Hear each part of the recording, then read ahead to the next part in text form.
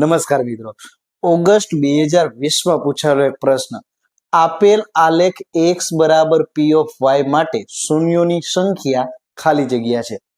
તો એકદમ સહેલો છે કે સાહેબ શું કરવાનું કે એક અક્ષર જેટલા છેદબિંદુ હોય એટલા શૂન્ય થાય, એટલે કે અહીંયા એક છેદબિંદુ છે તો અહીંયા શૂન્યોની સંખ્યા 1 થાય. પણ વિદ્યાર્થી મિત્રો એવું નથી, અહીંયા તમારે જોવું પડશે કે અહીંયા તમને શું આપ્યું છે, તો કે અહીંયા x બરાબર p ઓફ y આપ્યું છે. એનો અર્થ એવો થયો કે તમારે y અક્ષ સાથેના છેદબિંદુ ગણવા પડશે અને એ તમારા શૂન્યોની સંખ્યા થશે. એટલે કે 1 2 3 અને અહીંયા 4. તો અહીંયા 4 વખત આપેલ ગ્રાફ y અક્ષને છેદે છે તો શૂન્યોની સંખ્યા કેટલી થશે, તો કે 4 થશે.